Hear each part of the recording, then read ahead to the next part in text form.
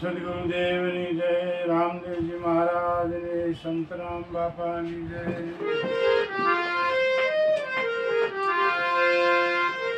વાલા આત્મબંધુઓ બધાને ખૂબ ખૂબ સીતારામ.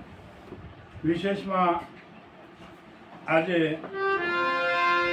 આપણે જે વાત કરવી છે તે આપણા દાના વિશેનો જે પાછળનો ઇતિહાસ છે, જે આપોદાનો ભંસાળમાંથી સોરઠમાં આવ્યા અને સોરઠમાં જે રોકાણા અને જે પછી એમનું જીવન ભક્તિમય, સેવામય, કેટલું પરોપકારી હતું એ વિશેની જે વાતો અમુક બાકી છે એ આપણે રજૂ કરીએ છીએ.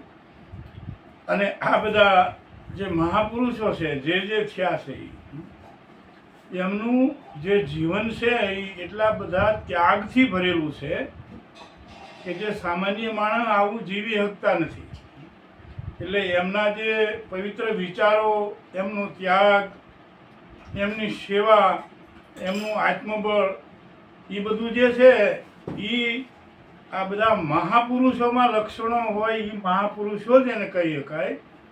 એવા આપોદાનો, એટલે આપ બધા જે સાંભળતા હશો, જોતા હશો, એ બધાને મારી ખાસ વિનંતી કે આપણે એમાંથી કંઈ ને કંઈ આપણને ઉપયોગી થાય.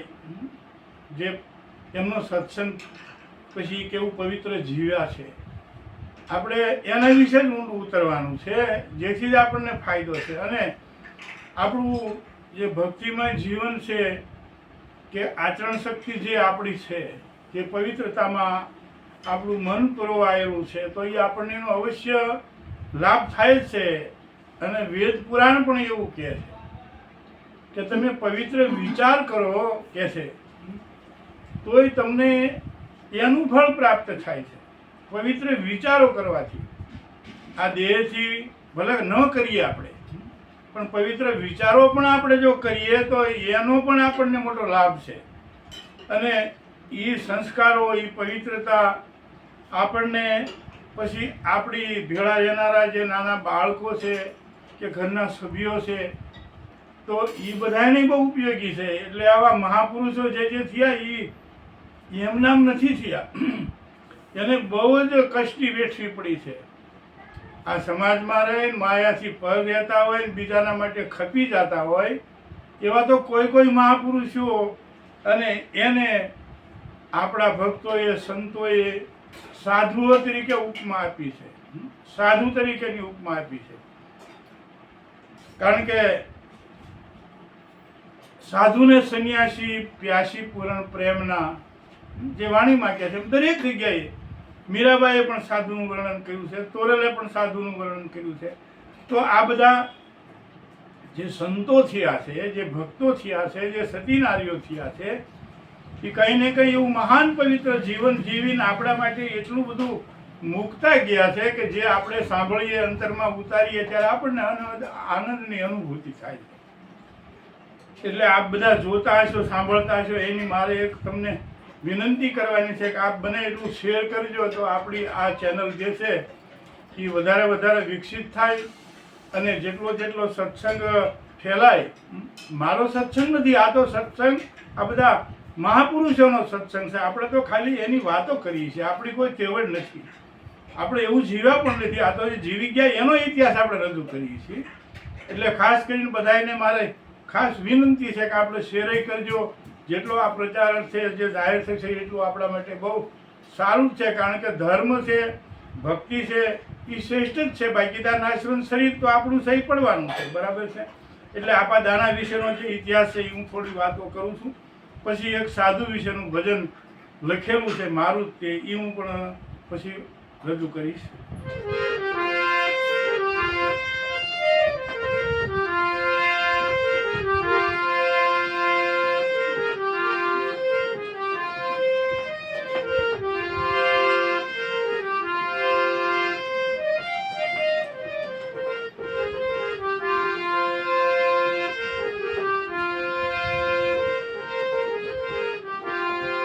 આપોદાનો જ્યારે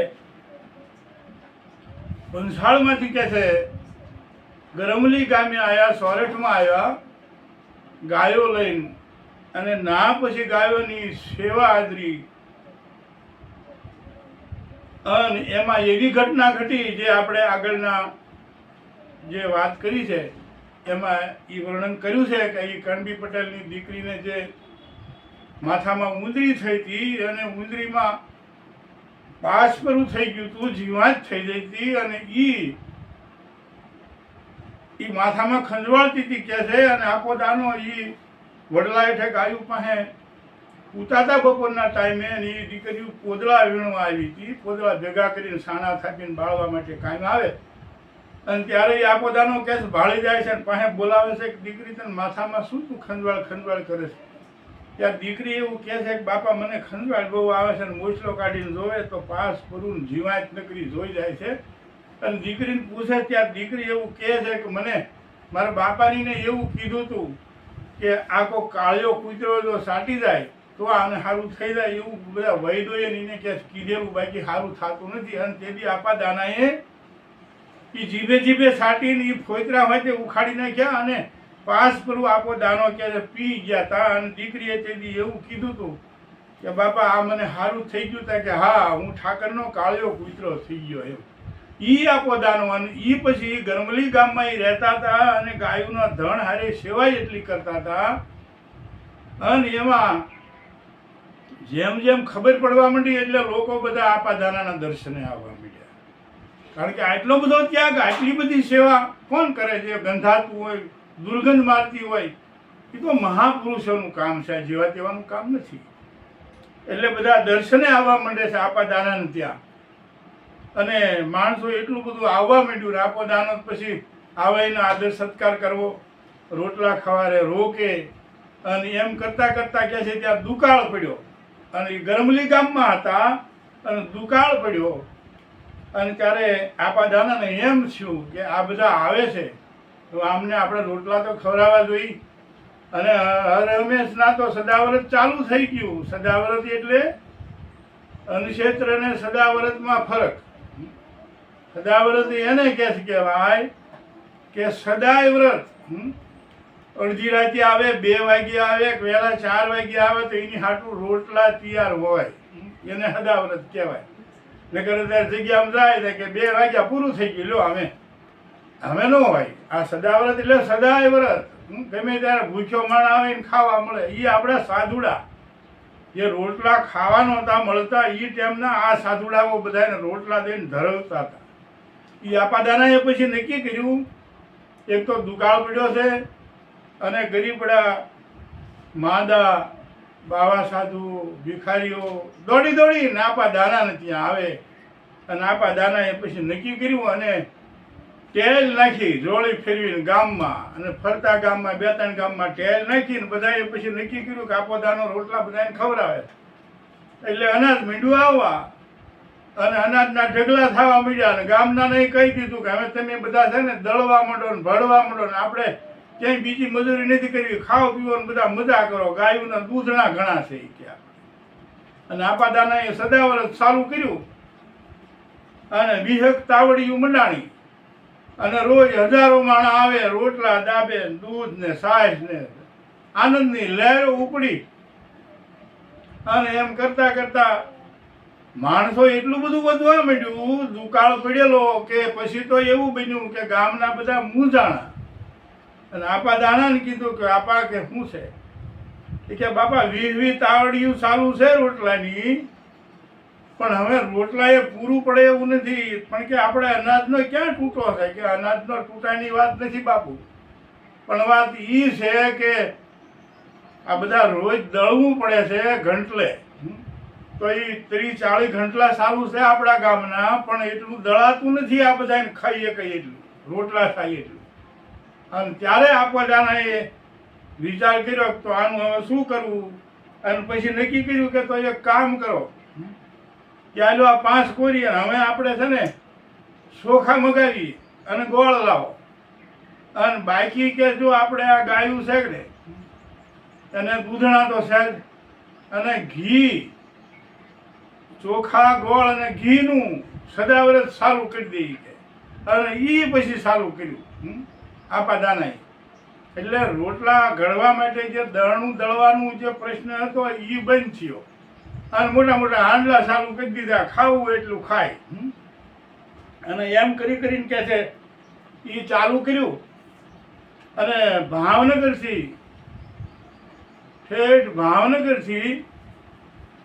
ગધાડાના સાલકા ઉપર ચોખાના બાસકા મગાવ્યા, 5 કોરી આપી અને એ રીતે ચાલુ કર્યા. પછી એ આપાદાનાએ એ ખરેખર જમાવટ અહીંયા કરી અને પછી આપોદાનો એ સારું વરસ થયું અને પછી પાછા એ આપોદાનો અહીંયાથી પછી ગાયો લઈ અને ચલાલામાં જગ્યા બાંધી કે છે અને ચલાલામાં આ ક્ષેત્ર ચાલુ કર્યું આપાદાનાએ. અને એ સાલકા ગધાડા ઉપર આવે અને ચોખા ગોળ ને ઘી એ અન્નક્ષેત્ર ચાલુ કર્યું. અને એમાં એક વખત આપોદાનો કહે છે 10 ગધાડા હતા અને ગધાડા ઉપર ચોખાના બાસકા હતા અને વિયા આવતા હતા અને એ ગધાડા તરસાય એટલા થયેલા, ઉનાળાનો ટાઈમ હતો કે છે. અને એ વખતે પાણી તળમાં બહુ હતા નહીં અને મશીન કે મોટરું કે આવું બધું કાંઈ હતું નહીં એ વખતે, એટલે કૂવો હાલતા કે છે.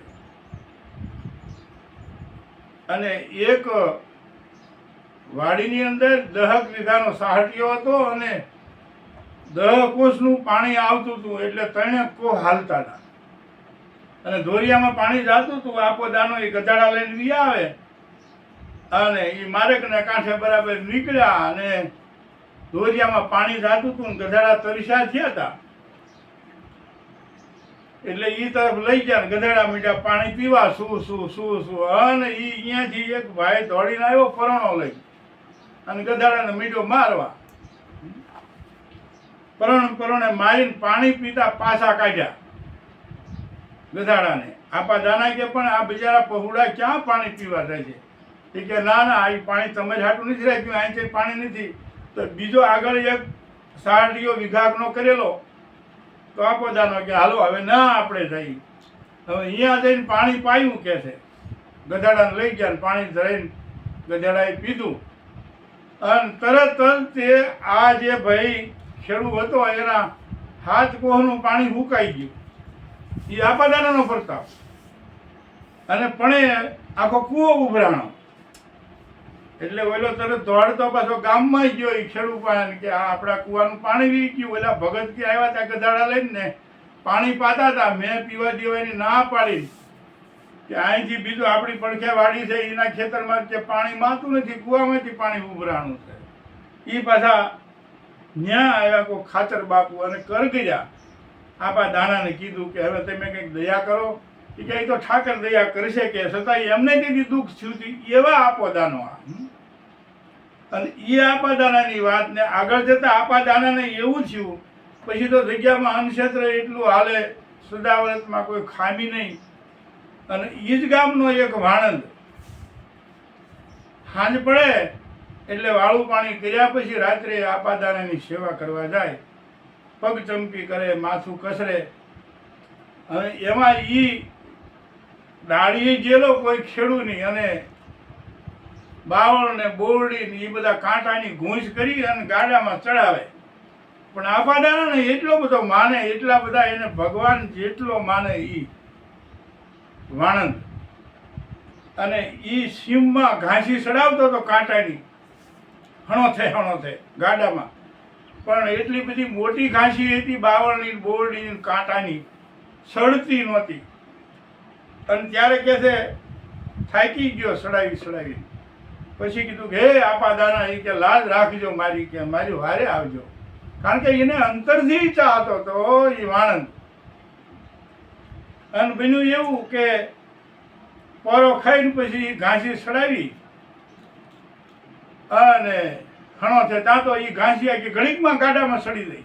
જે વાડ કરવા બાવળ બોરડીની એ ઘાસીનો મોટો ગોળો કાંટાનો. અને પછી હાથે ઘરે આવ્યો, એ જ્યાં વાડ કર્યું ત્યાં નાખી અને પાછો હાથે ઘરે કામ પતાયા પછી આપાદાનાની સેવા કરવા માટે ગયો. આપાદાનાને પગ દબાવતો હતો એ વાણંદ. ત્યારે આપા દાનાએ એવું કીધું કે એલા એક કામ કરીને મારા બરડામાં કાંટા વાગ્યા છે એ કાઢ. એને તો તરત પગ દબાવતો ઊભો થઈને બરડામાં જોવા માંડ્યો. આપો દાનો બરડો ઊંધો કરીને કૂતા હતા તો નકરા કાંટા ભાંગી ગયેલા. આપા દાનાના બરડામાં નકરા કાંટા ભાંગી ગયેલા. કે આપા આ હું તમે ક્યાં વળી આ કાંટામાં ગયા હતા? તે આટલા બધા કાંટા ભાંગી ગયા છે એ કહેલા તને ખબર છે? પણ મને ત્યાં ખબર હોય બાપુ, પણ તમે ક્યાંય ગયા નથી ને, તમે આ જગ્યા બહાર તો નીકળ્યા નથી અને તમે થોડું કંઈ ખેડનું કામ કરો છો કે આટલા બધા કાંટા ક્યાં જવા ગયા? એ કહેલા ત્યાં મને સંભાળ્યો હતો અને કીધું હતું કે હે આપા દાના મારી લાજ રાખજો, આ ઘાંસી ચડાવી દેજો, તે કીધું તું? કે હા આપા. તે ઘાંસી તો આમથી ચડી દે તારી, મારે આવવું પડ્યું હતું ક્યારે. અને એટલે આ બધા કાંટા વાગ્યા છે, લોહી લુહાણ થઈ ગયેલો બોરડો કાંટા વીણી વીણીને બધા કાઢ્યા. ઈ આપો દાનો આવા એમના પરચા છે આપા દાના. પગમાં પડી ગયો, આપા મને માફ કરજો કે હું તમને ઓળખી ન ગયો. એટલે આવા સત્પુરુષ ઓળખાતા નથી. પછી આગળ જતા કે છે તરણેતરનો મેળો આવે ત્યારે ઈ આપો દાનો હવા 3 મહિના તરણેતર રહેતા હતા. જેઠ સુદ બીજથી રહ્યા જતા હતા. જેઠ, અષાઢ, શ્રાવણ અને ભાદરવો. ભાદરવાની 30, 14, 5 એટલે હવા 3 મહિના થાય.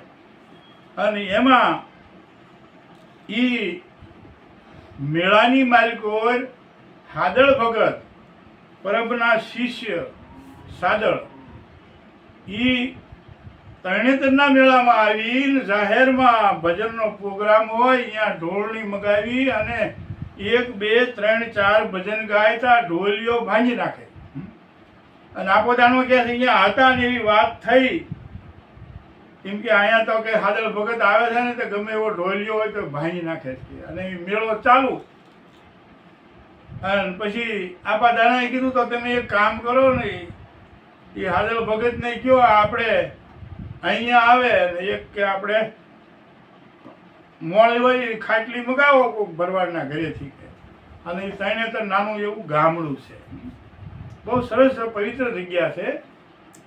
અમારા ગુરુ મહારાજનો ઉતારો હાલમાં જાય છે, અમારા વિષ્ણુ બાપુ બરવાળાથી જાય છે, રામદેવપીરની જગ્યા નાવડા રોડ ઉપર છે. કોક દી જાવ તો જજો બધાય. અને એ કાયમી જાય છે હજી. અમે એ તરણેતરના મેળામાં આવી જમાવટ અને ખબર પડી આપા દાનાને કે હાદળ ભગત આવી ગયા છે. એટલે કીધું કે હું હાદળ ભગતને કોઈ બોલાય આવે ને કહી દો આજે અહીં ભજન રાખ્યા છે. અને એ કે હા મારા ભજન રાખો પાછો ઢોલિયો લાવજો. એટલે આપણે કહેવાનું આ તમારા માટે બધી તૈયારી છે. એટલે વાત કરે છે હાદળ ભગતને જઈને કે હા હું આવું પણ મારા માટે ઢોલિયો, ને મારે તો ઢોલિયો ભાંગવાની એક ટેક છે કે મારું ભજન એવું હોય કે ઢોલિયો ભાંગી જાય. અરે કઈ વાંધો નહીં, તમે તાર લાવી દઈશું આપા દાનાએ કે કીધું છે. અને પછી આવે છે ઢોળણી મગાવી રાખી બરાબર નાની એવી પાતળી એવી.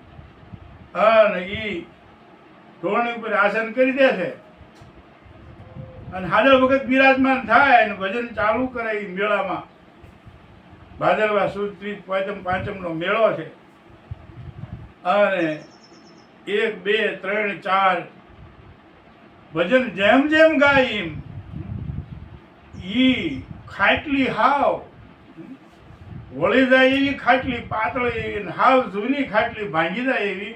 પણ આમ જેમ જેમ ઈ ઉપર ભીંગ જાય એમ હામી આમ રીંગ ઘોડે ઝપટ કરતી જાય અને હજળ થતી જાય. હાદળ વગર બળ કરીને ભીંગ દે પણ ખાટલી તો સહકે નહીં. એમ કરતાં કરતાં 4 ભજન ગાયા પણ ખાટલી ભાંગી નહીં. અને એટલું બધું બળ કરીને પરસેવો રેબઝેબ થઈ ગયા હાદળ વગર. આટલી બધી તકલીફ પડી પણ ખાટલી ભાંગી નહીં. ભજન ગઈ થાકી ગયા અને પરસેવાનો કોઈ પાર નહીં અને બંધ થઈ ગયા. ત્યારે આપો દાનો ઊભા થયા કે એ હાદળિયા આ બંધ કરી તારો માયલો ભાંગી નાખ ભલા માણા. આ અભિમાન છોડી દે ભજનમાં. એટલે આપણે ભજન ગાવી ગુરુ મહારાજની દયાથી આપણને કંઈ આવડી ગયું હોય, બોલતા આવડી ગયું હોય તો ભગવાન ગુરુ મહારાજ આપણને અભિમાન ન આવવા દે, એ આપણી પહેલી તૈયારી હોવી જોઈએ. આપણે પ્રાર્થના કરી ભગવાનને, ગુરુ મહારાજને, કે આપણને અભિમાન ન આવવા દે. અને કા અભિમાન છે ને એ નરક સુધી આપણને ઢાળીને લઈ જાય એવું છે. એટલે આ સાધુડા, આ સત્પુરુષો અને સંતો પણ કહે છે, અને તોરલ પણ આવા સાધુઓ, જેને સાધુને સંન્યાસી પ્યાસી પૂરણ પ્રેમના, અને તોરલ પણ કહે છે.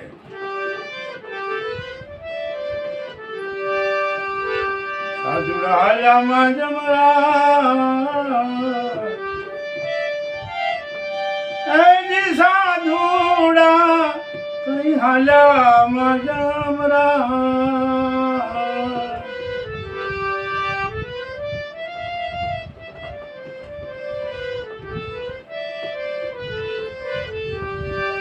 એવી જાત્રા કરવા રે જે સળ પીરની, ઓ જી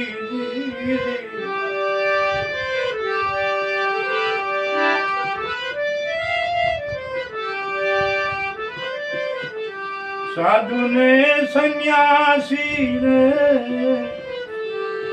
એ પ્યાસી પ્યાસી પ્યાસી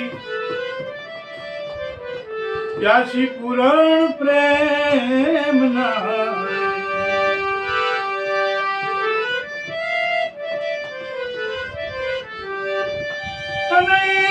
રાગી જોવે રે તમારી વાત,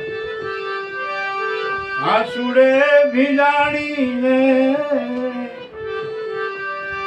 અભિયાગતની આંખડી.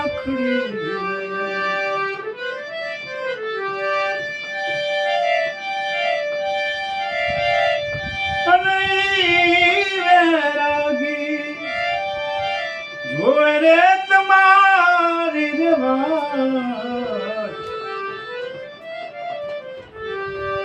આસુડે ભીજાણી રે અભિયાગતની આંખડી. આ બધું પ્રમાણ તો આપે છે સંતો, કે સાધુડા કોને કહેવા, સંતો કોને કહેવા, ભક્તો કોને કહેવા, મહાભગત કોને કહેવા, સતી કોને કહેવાય, મહાસતી કોને કહેવાય, વ્રજની નારી કોને કહેવાય, એ આ બધું સંતોએ કીધું, માર્કુંડ ઋષિએ કીધું છે. એને જાતિવાનમાં સાધુ કે એવું નથી કીધું, કે ભગત છે, સાધુ છે તો એના લક્ષણો કેવા, પછી ભલે ગમે એ નાઈટમાં જન્મ હોય. માર્કુંડ ઋષિ કહે છે, જે અમર છે એ વાત કરે છે. અને હાવ ટૂંકી વાત જો આપણે સમજવા જઈએ તો નરસિંહ મહેતા શું કહે છે, આપણે એવું કહેવાય છે 1008 સંતોને, બરાબર છે, જે સંતોએ વ્યાખ્યા આપીને સંતો બધી વાત સમજી વિચારીને જ્ઞાનથી જ કરતા હોય, પણ આ બધાને વટે એવી વાત આપણે ભક્ત નરસિંહ મહેતા કરી દે છે. શું ઈ નરસિંહ મહેતા કહે છે,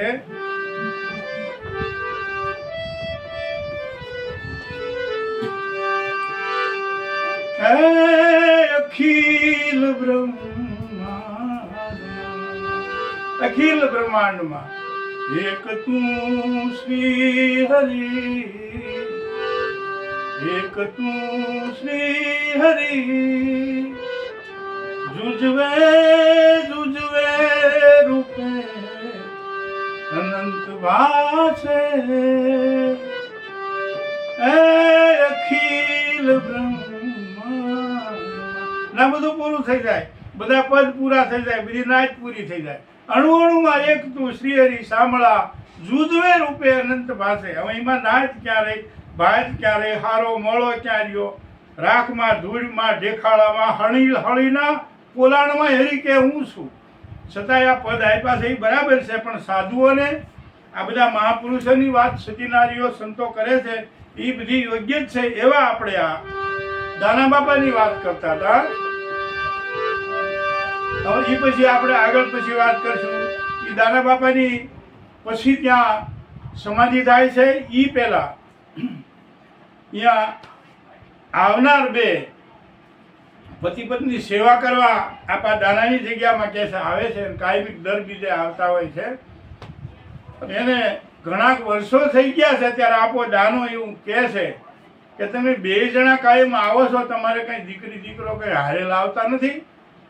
ત્યારે એ એવું કહે છે કે અમારે એ કંઈ દીકરો દીકરી નથી બાપા. તો કે જાઓ તમારે ના દીકરો થશે, પણ કે આપા અમારી ઉંમર તો અમે 40-50 વર્ષ થઈ ગઈ, પણ એ કે હું કહું છું ને તમારો બાપો કામ કરશે અને તમારે ના ગીગો થશે. અને પછી કે છે એ દીકરાનો જન્મ થયો 9 મહિને એમને ત્યાં ઘરે દર બીજે આવતા જ હતા. અને પછી એને કીધું કે અમારા ઘરે દીકરો આવ્યો છે ને અમે એનું નામ પાડવા તમારી પાસે આવ્યા છીએ. ત્યારે આપા દાનાએ કીધું તેથી જ મેં કીધું તું તમારે ના ગીગો થશે, એટલે એનું નામ ગીગડો, એ નામ પાડવાનું મેં તમને અગાઉ કહી દીધું છે. અને પછી કે છે ગીગો યાન મોટો થાય છે અને ગીગાના બાપુજી મરણ પામે છે, પણ મરતા પહેલાં એના ધર્મપત્નીને કહે છે કે આ ગીગાને અહીંયા તું મૂકજે ને તું અહીંયા રહેજે, કારણ કે બીમારી એટલી તું સારું થાય એવું નહોતું, એટલે તું અહીંયા વહી જાય કહે છે. એટલે પછી એ ગીગડાની માં ને ગીગો આપા દાનાની જગ્યામાં ચલાવવામાં આવે છે અને ના ગીગો મોટો થાય છે. અને એમ કરતાં કરતાં આગળ વધતા સાણ વાસીદું લેતો હોય, મોટો થાય છે. આપો દાનો પછી એને સાણનો હુંડલો ઉતરાવે છે અને એ પછી એ દાના આપાનીના સમાધિ થાય છે, નિર્વાણ થાય છે. અને ગીગડાને એ પહેલાં આપો દાનો અધિકારી બનાવી દે છે, રાજ તિલક કરી દે છે, ગાદીપતિ તરીકે નિમી દે છે. અને પછી એ દેહનો ત્યાગ કરીને સમાધિ લે છે. એવા દાના આપાને આપણે કોટી કોટી વંદન કરી. જય સિયારામ, જય સીતારામ, જય ગુરુ મહારાજ.